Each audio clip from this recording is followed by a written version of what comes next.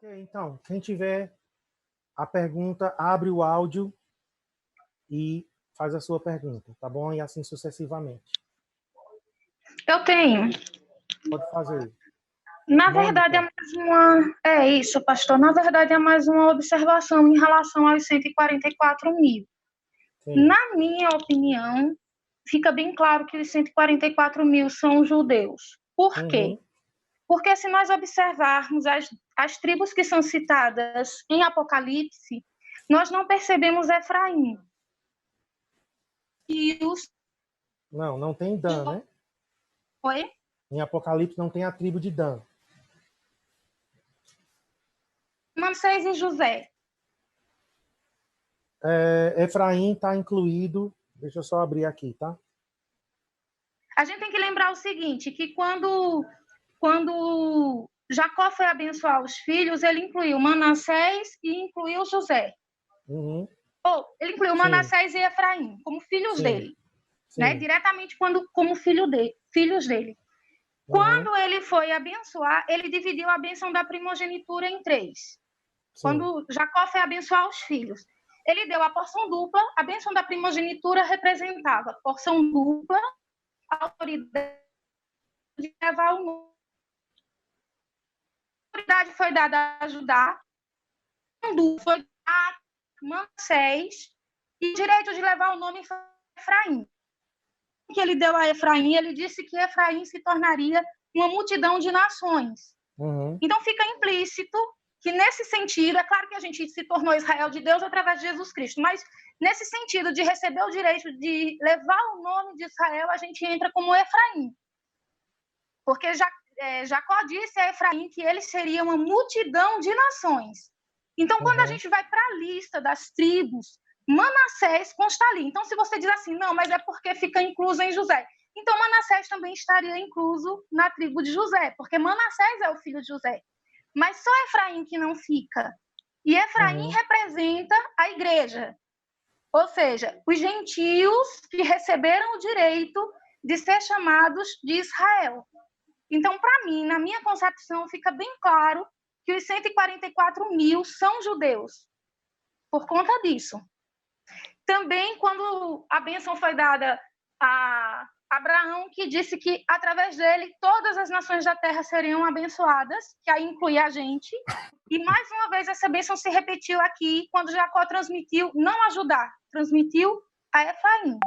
Então, eu entendo que a gente recebe esse direito de receber o nome de Israel. Claro, primeiramente, a redenção através de Jesus Cristo, mas o direito ao nome, ao uso do nome de Israel através de Efraim. E a tribo de Efraim não conta. É diferente da situação de Dan. Realmente, a tribo de Dan também não está.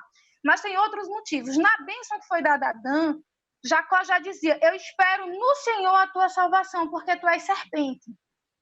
Então, aí já vai se contar historicamente todos os pecados de idolatria que foram cometidos por Dan, né? Inclusive quando foi construído o templo em Dan e outras situações mais. Mas Jacó mesmo não definiu que ele seria abençoado. Ele colocou como uma oração. Eu espero que venha do Senhor uma salvação para você, Dan, quando ele dá as bênçãos. Já Efraim não. A Efraim é bem clara a bênção dele. Em ti, ele é o menor. Quando José questionou por que ele estava abençoando Efraim com a mão direita ao invés de Manassés, ele disse, ele é o menor, mas nele serão chamadas várias nações. É uma multidão de nações.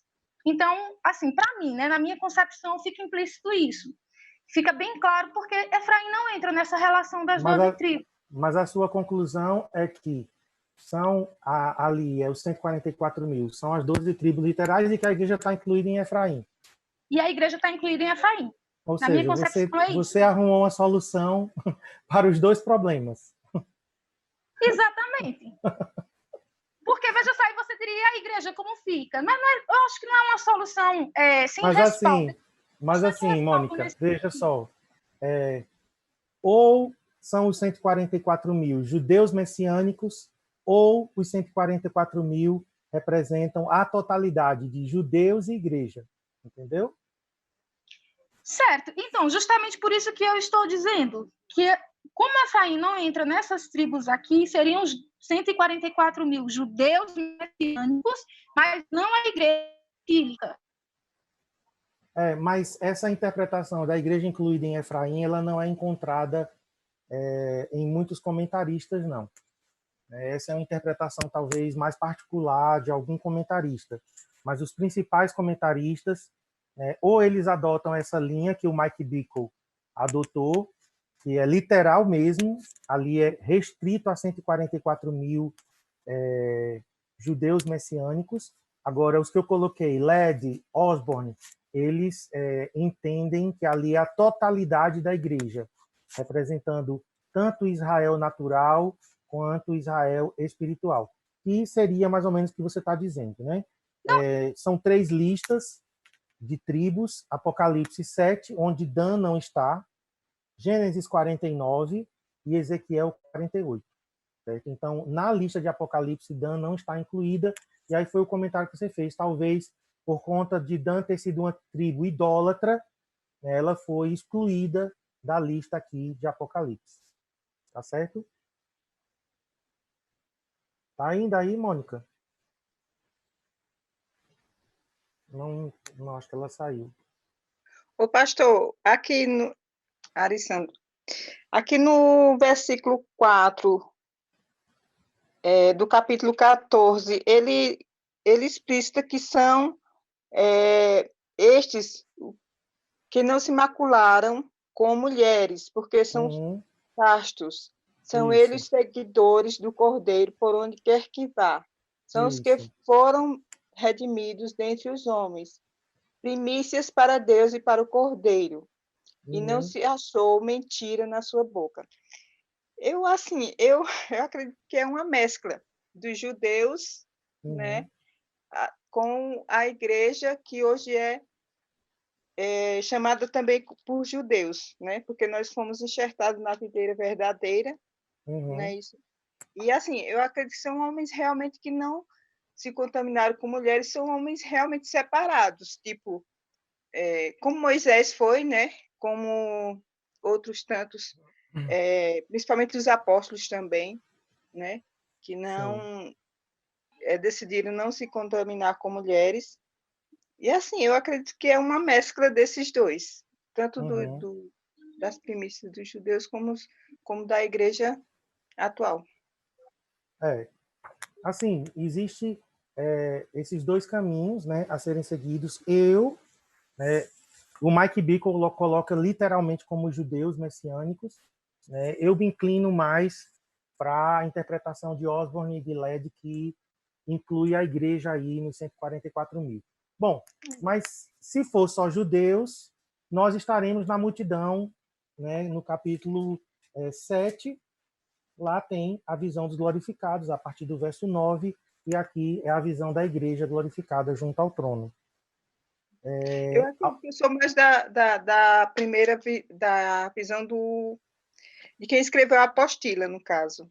Mas, assim, é uma visão individual, eu não estou aqui querendo dizer que eu estou Não, certo. mas Né? Apocalipse tem isso mesmo, né? Apocalipse é um livro muito gostoso de se ler, porque, inclusive, eu acho que Deus ele deixa essas questões em aberto para a gente continuar investigando, estudando, em espírito de oração, né? Não é uma receita de bolo, mas para que a gente possa estar, né, alerta, que a gente possa estar vigiando. Então, eu creio que é proposital também essas incertezas não estarem, porque, talvez, na bem verdade, é um definidas. número tão pouco para multidões, né, que serão salvos. Mas né? aí seria simbólico, né? Exato. Não seria um número limitado.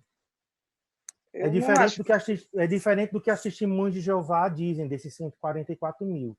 Testemunhas de Jeová diz que só esses são salvos. Então, Sim, eu digo hoje no mas, assim, mundo na tem minha mais de 8 visão... milhões de testemunhas de Jeová. Então, eles mesmos se contradizem. Como é que tem 8 milhões de testemunhas de Jeová e só 144 mil é salvo? E o resto vai para onde? Exatamente. Então, eu acredito que é uma linhagem dos judeus junto com a linhagem da igreja, que também era judeu. No caso, somos descendências daqueles primeiros cristãos, que também eram judeus ali. Né? Ok, obrigado. Viu você? Obrigado, Mônica, também. Eu não vi mais ela falando, mas muito legal a participação de vocês. Deus abençoe Tem a aqui todos. Amém. Tem Rita aqui. Pastor, referente ao selo de Deus, esse selo nos seria dado segundo o nosso nome escrito no livro da vida? Não, esse selo é um outro selo, é um selo espiritual.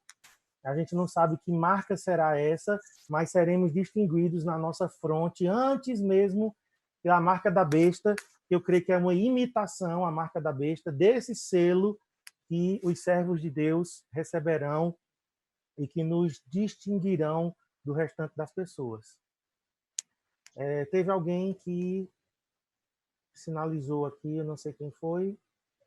Abra o áudio e faça a pergunta, por favor.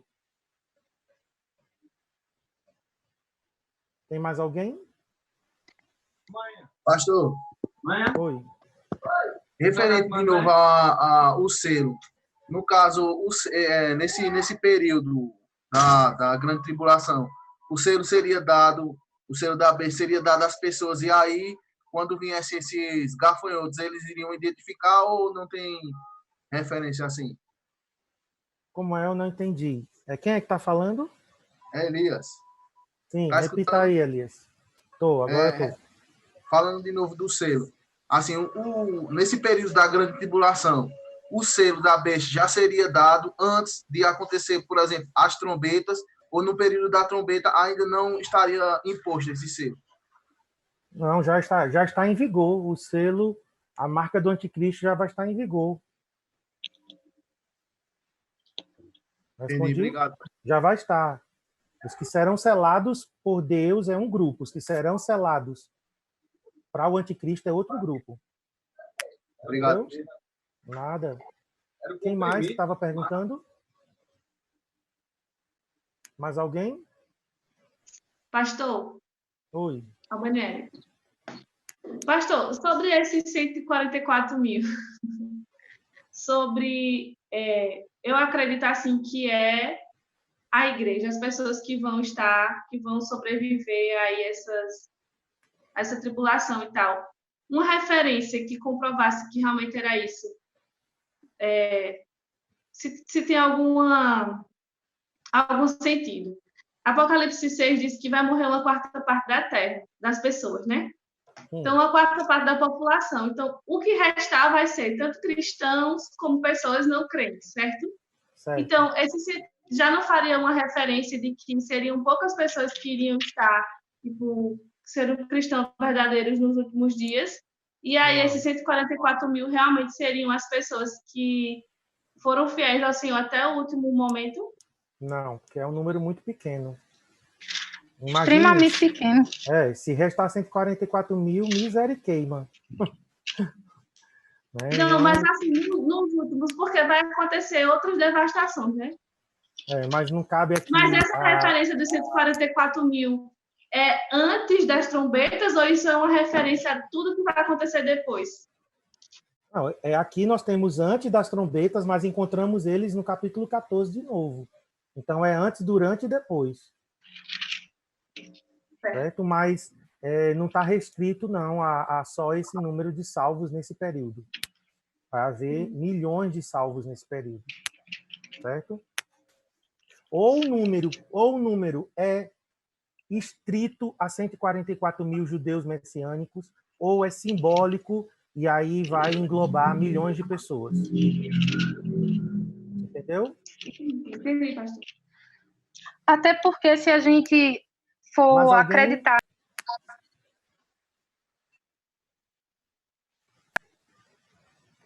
Oi? Tá mudo. Deixa eu abrir aqui. Ficou mudo o seu microfone.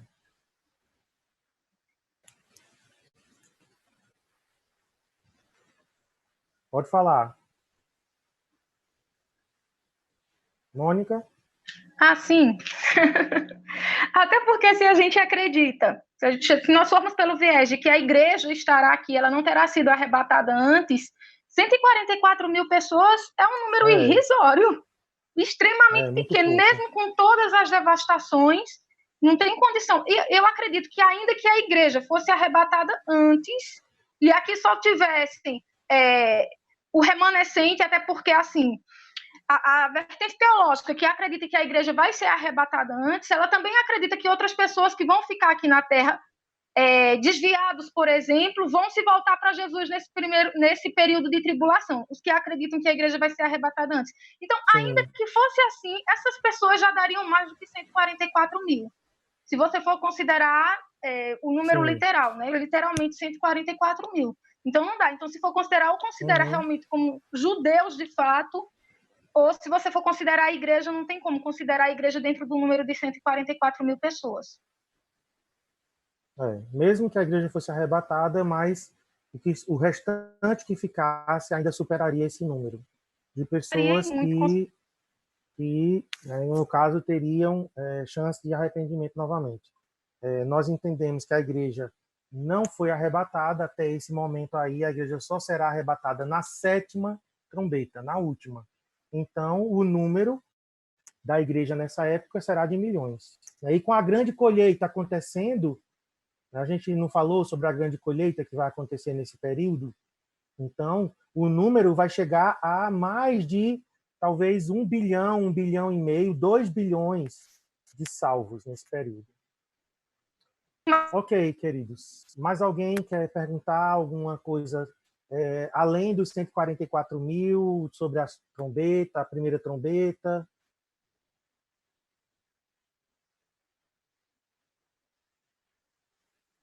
Onde diz em Apocalipse que não... Eu não entendi a pergunta no chat. Onde diz em Apocalipse que não só são esses salvos? Eu não entendi a pergunta. E não só são os 144 mil? Não, pelos cálculos que a gente está mostrando aqui, pelo número de pessoas que vão ser crentes nessa época, então não é simbólico.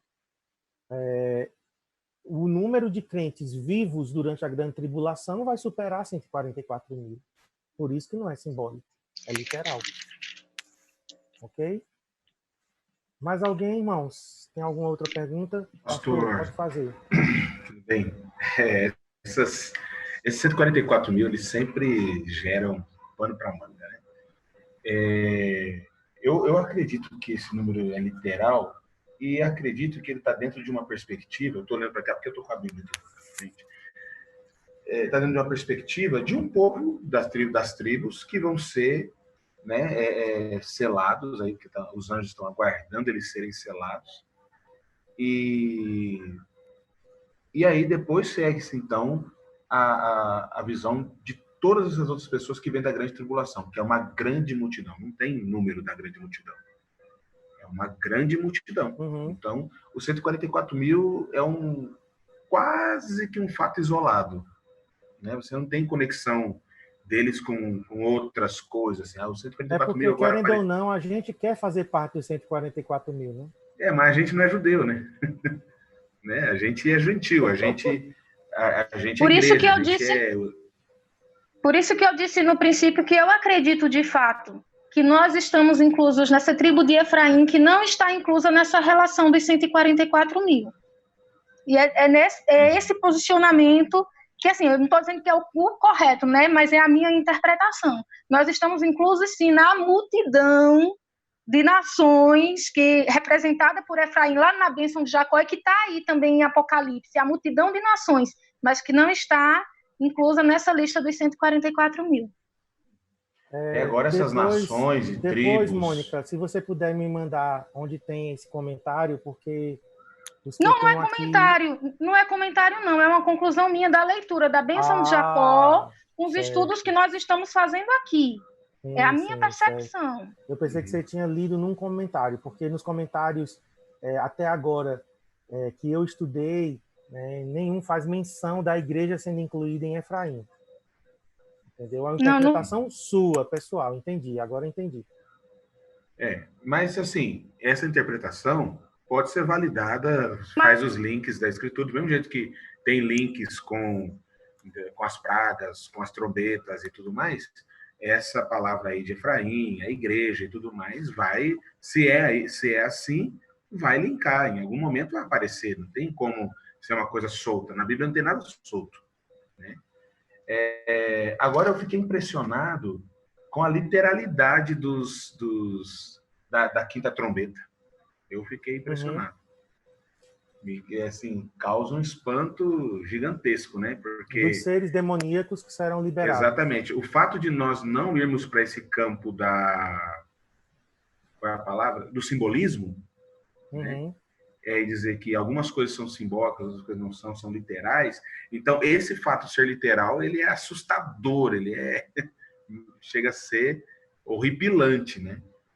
Então, a gente precisa realmente orar e pedir realmente graça de Deus e ao ler, né, coisas como essa e seguindo, o Espírito Santo vai nos conduzindo, né, na leitura, na interpretação. Poucas coisas são simbólicas no Apocalipse. E o que é simbólico fica claro que é simbólico. Porque senão a gente vai fazer uma mistura de interpretação e acaba que a gente... Não, o que eu quero que seja simbólico é simbólico e o que eu quero que seja literal é literal. E Exatamente. aí não pode ser assim. Né? Exatamente. Não tem como você estabelecer o que é que você quer que seja simbólico ou literal. Então é isso, irmãos. Maravilha. Tem mais alguma coisa? Senão a gente vai encerrar. Terça-feira a gente volta às 15h e semana que vem volta novamente para quinta-feira, tá bom? A nossa aula. Só foi essa semana que teve essa exceção, tá bom? Então vamos orar encerrando, agradecendo a Deus por esse tempo, agradecendo a Deus pela vida de vocês, por vocês estarem investindo tempo de estudo. Eu estou muito feliz de ter esse grupo aqui, né, de estudo da Bíblia. Isso mostra que o Espírito Santo está nos despertando, né, para aquilo que ele quer revelar para esses últimos dias. Senhor, muito obrigado por esse tempo juntos, estudando a Tua Palavra. Obrigado pela fome e a sede em nosso coração, que o Teu Espírito Santo, Senhor, produz. Que nós sejamos satisfeitos, saciados pelo Senhor, à medida que aprofundamos nas Escrituras. Agradecemos e abençoamos o restante desse dia, o final de semana, as famílias que estão aqui, as igrejas que estão aqui representadas, os cultos que vão acontecer domingo, as células amanhã. Entregamos ao Senhor, entregamos também a nossa nação em Tuas mãos, entregamos, Senhor, a nossa cidade, entregamos Pernambuco, os estados que estão aqui também representados. Senhor, pedimos sobre a nossa nação, sobre cada estado do Brasil, a Tua mão, a Tua saúde, Senhor. Que esse vírus seja detido, o avanço dessa pandemia. Senhor, nós oramos abençoando a nossa nação, os nossos governantes, com sabedoria, com paz, com justiça. Em nome de Jesus. Amém. Amém. Deus abençoe, meus queridos. Tchau, fiquem na paz.